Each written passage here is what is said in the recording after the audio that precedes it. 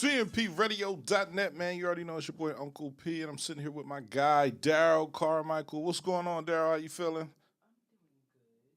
And today we're going to talk about the news and the interesting things that are happening in the world today. Correct?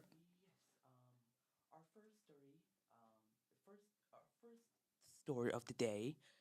We are starting off with the USDA and their plan to begin rescinding the roadless rule that was made in August 29th or 2001 on August 29th. Right. For those of you that are new to the roadless rule or might need a refresher, the roadless rule was made to protect nature's acres of forest lands from road construction, harvesting for timber and other things. In an August 27th press release, U.S. Secretary of Agriculture Burke Rowlands had declared that rescinding said rule was another step to common sense management of our national forests. Mm. Ms. Rowlands have also linked this effort to President Trump's executive order, which is known as Executive Order 14192, unleashing prosperity through deregulation in order to get rid of overcomplicated, burdensome barriers that hampers American business and innovation. On June 23rd, Rowlands had first announced the intention of opening 58 million acres of inventory land from the Forest Service, with unveiling plans to decentralize the USDA by plotting to eliminate the FS regional office structure. Hmm. In regards to this announcement, conservation groups such as Wild Montana, Defenders of Wildlife, and others have sparked criticism on the roadless rule being rescinded as they brought up the possibility of wildlife risk worsening if this were to pass because due to it allowing more human access to remote areas. This has been viewed as the Trump administration making a big push to increase more timber production and open more public lands industry. So is he trying to cut down like the forest, the national forest? Like, Yeah, I have heard from defenders of wildlife and others that he's planning to try to take away all the acres of the forest, the national forest like from Montana to I believe Wyoming. I mean Wyoming. Um, but yeah, in short, the Trump administration has been planning to take to take to take the acres of forests away and having roads be built on them, which a lot of wildlife groups have been not they have not been proud of that because they hmm. might bring again it will bring more risk to wildlife like bears, foxes and such because you're probably going to harm their habitats and Right, such. Yeah. right. Okay, that's crazy, right? There's a lot of national forests out there in the Montana area. Like one, two, three, four, five, six, seven, eight. Like eight in Montana and Washington, Spokane, Washington. You know, that's a lot. So he wants to build highways through them, Hmm. and I guess put WalMarts and Targets up, gas That's stations up possibly. everywhere, right? Yeah. Yeah, that's crazy. That's definitely crazy, man. Got to be aware. Got to be aware. All right. Hmm. What else we got? Okay, so the second story that I will be talking about, it does speak on the roadless rule, but with a state known as the state of Colorado having it as the reception. Recently, the state of Colorado has stated that they are not, they are planning to keep their own roadless rule intact, even with the even with the rules risk of being rescinded by the administration. According to the Daily Sentinel, the Agriculture Department of the United States have issued in a news release that the rules in Colorado and Idaho that is most of that is most likely referring to the Rose rule and such will not be affected by the administration's proposal despite it being applied on taking nearly 40 million acres of forest and that by eliminating the rule would open roads areas to road building. So they just want to build more roads. Everybody wants. So Colorado is saying themselves that they want to build more roads, or Hmm. I heard he took the. He was taking something away from Colorado that had something to do with the nuclear. Probably the base in Colorado. He was going to move it to Alabama, which is crazy because there's more hurricanes down there by Alabama and stuff like that. So, Hmm. hmm, okay. What else you got? Our next story goes back to NPR, PBS, and the Corporation for Public Broadcasting. If you if you guys remember, recently, NPR, PBS, and NPR have been facing funding cuts from the Trump administration due to due to their bias being more of the left wing political side, and by that the administration didn't want their content to be I guess to continue on. So by taking away their funding or the it's such the funding has been cut, and also the government decided that that these networks and such they don't really need money from the government. Instead, they should get it from other from other alternatives, like I guess. Donors, funds, right? Hmm. Because they cut $1.1 billion, right? Um, and that left some 330 PBS and 246 NPR radio stations, each with unique issues related to their community, to figure out what that means, right? Yeah, So that's, and some of those stations are mostly in rural yep, cities, yes, yes. like maybe I guess Spokane, Montana and such. right? Yeah. Spokane, Washington. Congress left the station with a 1.2 million hole to fill, about 18% of its budget. The station is using that as a pretext to seek help from listeners, Hmm. right? Plea donations exceed expectations in many parts of the country, right? Yeah, that's crazy. So they've always suspected that PBS and NPR were a little liberal, right, and leaning to the left, right. So if the government is taking over, why should the government contend? There has never been a Republican president that says, "All right, I'm gonna cut all the funding to PBS and NPR." PBS is where Sesame Street came from, right? A lot of our early childhood education comes from PBS, right? NPR, right, really breaks down the news, right? The things that are happening in our community, right? And for Trump to be pulling the plug on that money, right, is saying that, I don't care who you help, you're not going to talk about me. You feel me? He don't like that. So, oh man, that's crazy. Yeah. And it's really sad because there are people that might still be watching those stations, even if it's not really seen by the by the public. But there has been countless others like upon hearing about PBS being cutted from funding or funding. Yeah. A lot of people were very upset about that because they thought PBS would be shut down when it actually in actuality it's not. That's not the case.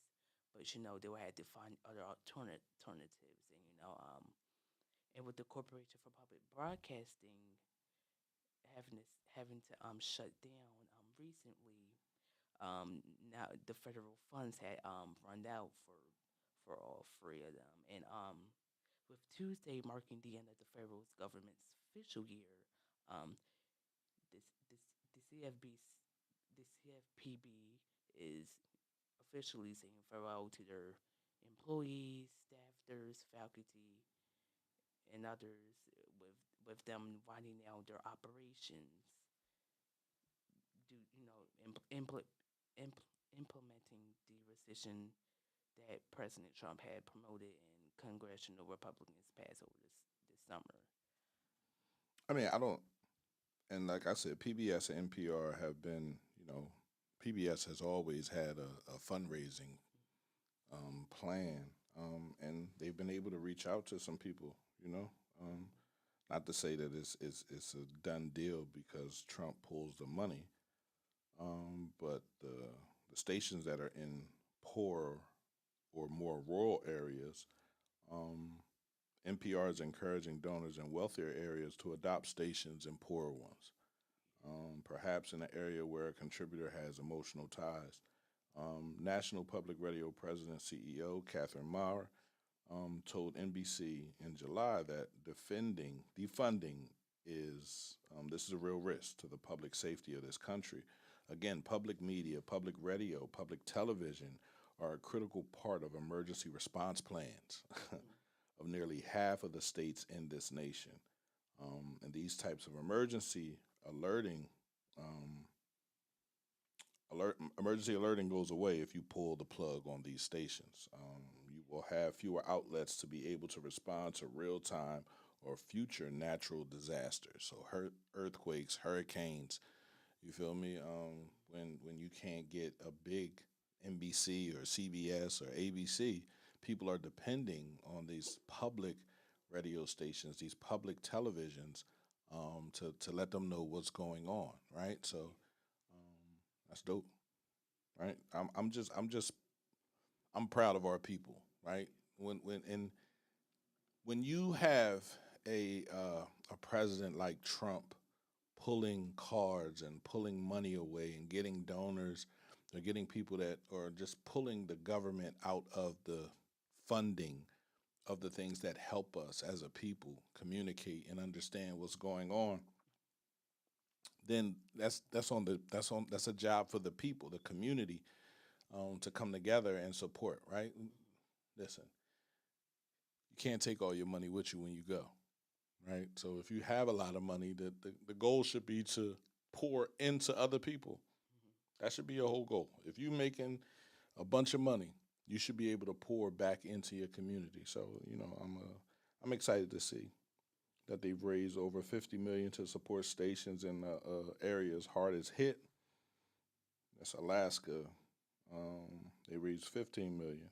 Right? They're trying to raise 15 million. So, like I said, man, let's just keep them in our prayer and hope that the ask is not too large and that they are able to reach people like Kerry Washington, Jack Black, Ziggy Marley, John Lithgow, and John Leguizamo have volunteered to film pitches, and the station is making them available nationwide. Right? People they believe they're going to make it, so it's they're putting a thumb up or the middle finger up at Trump, and they continue to move to help all of the stations throughout the country. So yeah, that's dope. What else you got?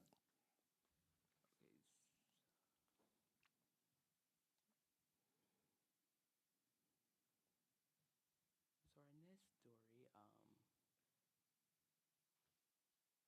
resides in the, Kansas in origin and the Kansas City Zoo, as recently a otter pup has been moved to said zoo after their sibling has died with It's Darrell. The Kansas City Zoo. Yes. Okay, you got an otter pup. Yeah. Okay, A young North American river otter that arrived at Wild Bend earlier this year has been transferred to the Kansas City Zoo, an aquarium, after being deemed non-releasable to the wild. According to KGW8, The Origin Department of Fish and Wildlife, also known as ODFW, field office in Baker City brought the orphan otter pup along with his sibling to Think Wild in late May. These two otters were discovered by a manager in Hereford during irrigation after being flushed from a large pipe that was likely being used as a den. Mm. Tugboat is his name. The otter pup's name is Tugboat, right? Right. Is that who you talking about? The Kansas City Zoo. Yeah, Tugboat. Um, well, hey, the Tugboat. Proud of him. He should be good there at the Kansas City Zoo and aquarium. Right. Hmm. Yeah. Feeding him. Okay. What else we got? So our next one is mostly on the animation industry with announcements with a announcement that Rebecca Sugar, who is the creator of Steven Universe, which is a Cartoon Network show that aired from the mid 2010s to to It was on to Cartoon Network. I remember that Steven Universe. Yeah. mhm. She has been recently been involved in a new animated feature that is based on the Moomin characters, which was created by Finnish and Swedish artist and author Tove Jansson, Hmm. and it is the first Moomin film to be produced in the United States. This film will be written and directed by Rebecca herself, and along with along with industry veteran Julia Pister, who Okay. is behind several celebrated animated features, including the SpongeBob SquarePants movie, the Rugrats films, and more recently the Magician's Elephant. She would be the producer of said movie. Okay. So it's going to be a movie. Yes. Alright, that's cool. So who is Moomin? Like, have you ever? Yes, I have heard about this franchise from my middle school years. Okay. Basically it is a it is a book franchise. It was originally a book franchise made by Finnish artist, illustrator, and writer Tove Jansson Okay. during World War II. Mm. Um, and the Moomins specifically, they are gentle Vertown trolls that reside in Moomin Valley, which is considered a magical place where adventures are always waiting around the corner, and the values of friendship, bravery, and respect are ever present. Mm. Friendship, bravery, and respect. Hmm. I like that. I like that. I'm looking them up now, and they look like horses, Yeah, other people have said like they look like hippos, but hippos. they don't really Yeah. look like I mean, I guess that works. Moomin, right? hippos. Okay. All right. That's awesome, man. I like new cartoons, right? Hmm. I like new cartoons that aren't really categorized as black or white or boy or girl, right? They're just things. That's what we need to understand, right? We are not so much things, but we're just people, right? Everybody has a story behind them. Everybody has something in front of them, right? But if you're judging them, you feel me? Like you can't get to know who they are and understand their skills and their talents, man. So yeah, I like this. I have to look it up. Yeah, and their novels on which the new the new feature that's planned to be made is based on. It has been published in more than 60 different languages with television adaptations in 120 countries, and a comic strip drawn by Jansen was syndicated in 40 countries. Recently, they have received renewed attention in the U.S. with a feature in the New Yorker on the joys of moon scrolling and an exhibition at the Brooklyn Public Library. There will be some people that might not like it, right? Mm-hmm. um, just examining and just going further. You feel me? Because I've never heard of it before.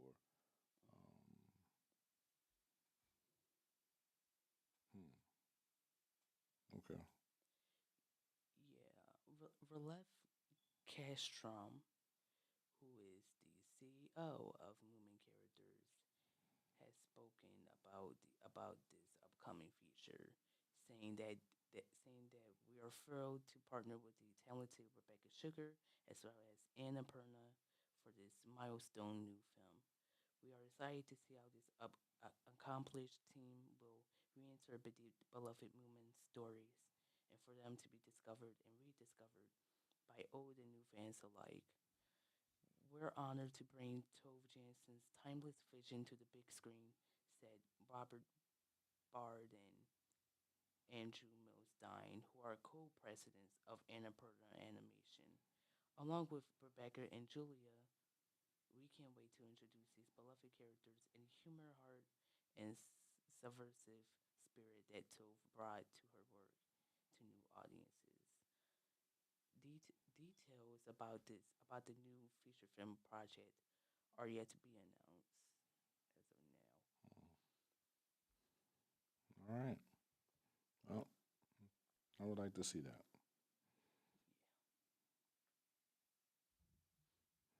What else you got?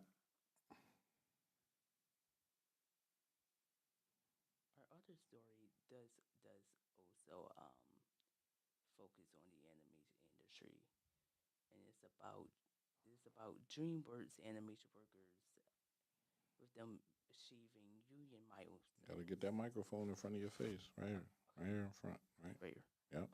There we go.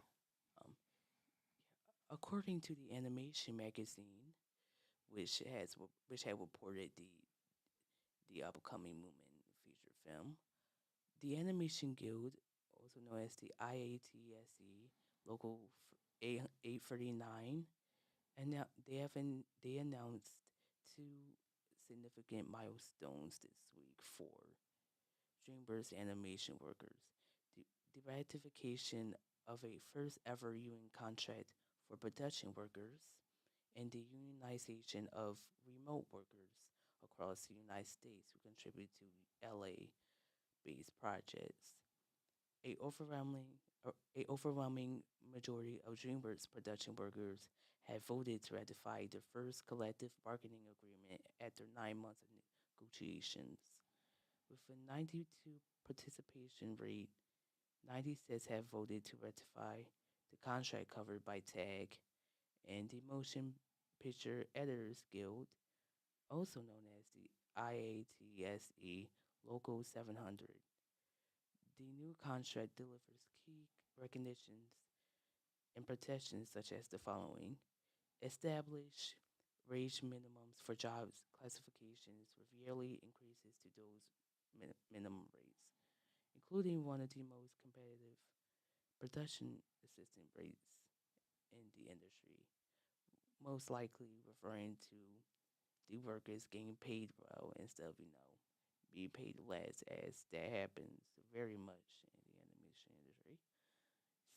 Substantial reduction in healthcare coverage costs, which our annual individual healthcare premium will be $0. There will be guaranteed retirement contributions and a additional 6 to 7 day pay for salaried and on-call employees. Along with that, DreamWorks remote employees working throughout the U.S. and work on LA-based animation projects have formally declared their intent to unionize with TAG. On September 22nd, 2025, the union has submitted a request for voluntary recognition to the studio, and on September 25th, Tag will file for an NLRB election covering 75 artists and animation workers across both feature and TV. This new remote bargaining unit includes job titles that are currently being represented by TAG in the agreement, including character effects artist, animator, technical director, lighter, visual development artist, modeler, production coordinator, and supervisor, and tons more.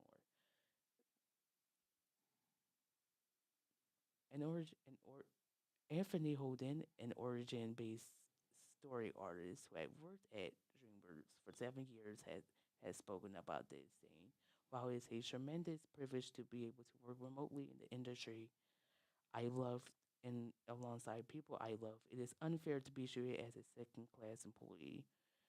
Those of us who work remotely do not enjoy the same health care, retirement planning, or other benefits afforded to our co-workers in LA County who are covered under collective bargaining agreements. For the sake of my own family and for the sake of any employee, current or future, who might choose to move their family to the place that is right for them, I have chosen to stand with the remote employees of DreamWorks Animation or Dreamers as a whole to ask for what is rightfully ours, to be given the same treatment and benefits as our counterparts who work in studio." Hmm.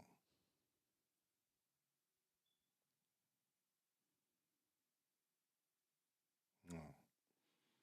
Anything else? Yes. The last story I will cover for today is focusing on NYC mayor candidate Saran Madamni, who I have heard to be the main guy who's I guess beating current president or governor Eric Adams and is going against other presidents, which one of them haven't left the race. Um, but recently, Mr. Madamni has stated that he will be skipping unofficial debates in the race, like meaning that he will not participate in any debates in the New York City mayor's race, other than the two next month that were originated by the local campaign finance board. In the video, the Democratic nominee said that he'll skip out on unofficial debates that pop up, but that his rival candidates can fight it out between themselves. In the meantime, Madani has stated, in the meantime, he will not be at this televised circus. Instead, he will bring town halls directly to New Yorkers struggling to afford their city. He is set to appear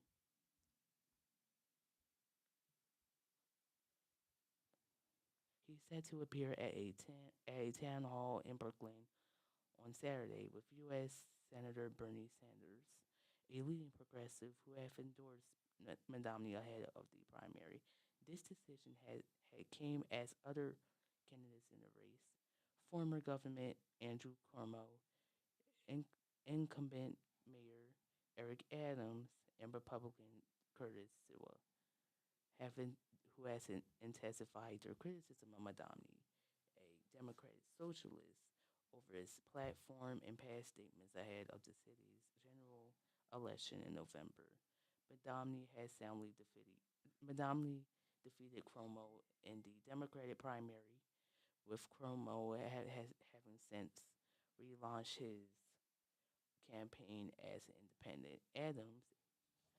Eric Adams, who is a Democrat, has skipped the primary to run as an independent in November. Silva had had Silva had ran unopposed in the Republican primary.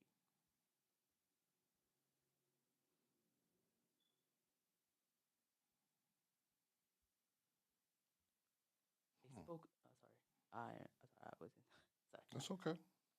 A spokesperson for Cuomo, Rich Azzo Party, said that Madamni is a fraud and he knows it. He's trying to keep the grift together until November. Campaign representatives for Adams and Silva have not immediately responded to request to the AP News request for a comment. This week, former prosecutor and independent mayoral candidate Jim Baldwin said that he was suspending his campaign while urging others in the race to unite against Madamni, arguing that time was slipping away for an alternative to gain traction. Madamni, a 33-year-old state lawmaker, jolted the mayoral race with a grassroots campaign that centers around on lowering the cost of living in the city. But he has also been faced with questions about his relative lack of management experience, past criticism of law enforcement, and his positions on various elements of the National Democratic Socialists of America's platform. Madamni has said that he will be attending mayoral debates on October 16th and October 22nd, which were announced by the New York City Campaign Finance Board. Hmm.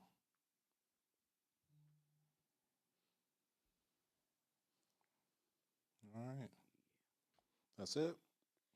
Yeah, that's it for now. Right. Right. So Darrell Carmichael comes here to the radio station once a week on Wednesdays.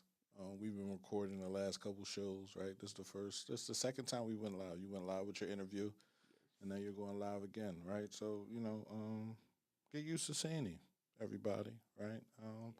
And give a like and give a support, bro. Like this is what we're doing. We're telling stories that are important to the people telling the stories. That's it.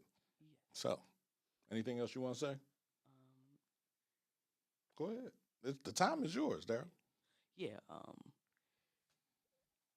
guess for what we have spoken about today, the roadless rule possibly being rescinded by the Trump administration, the Corporation for Public Broadcasting, NPR and PBS, now facing cuts from the administration, a upcoming feature film of the Moomins franchise by Rebecca Sugar and Annapurna Pictures, and the and the DreamWorks animation workers achieving their two union milestones with the help of the Animation Guild, and lastly, the the NYC mayor candidate Saran Madamni skipping skipping the base and mayor's race. They deemed to be unofficial.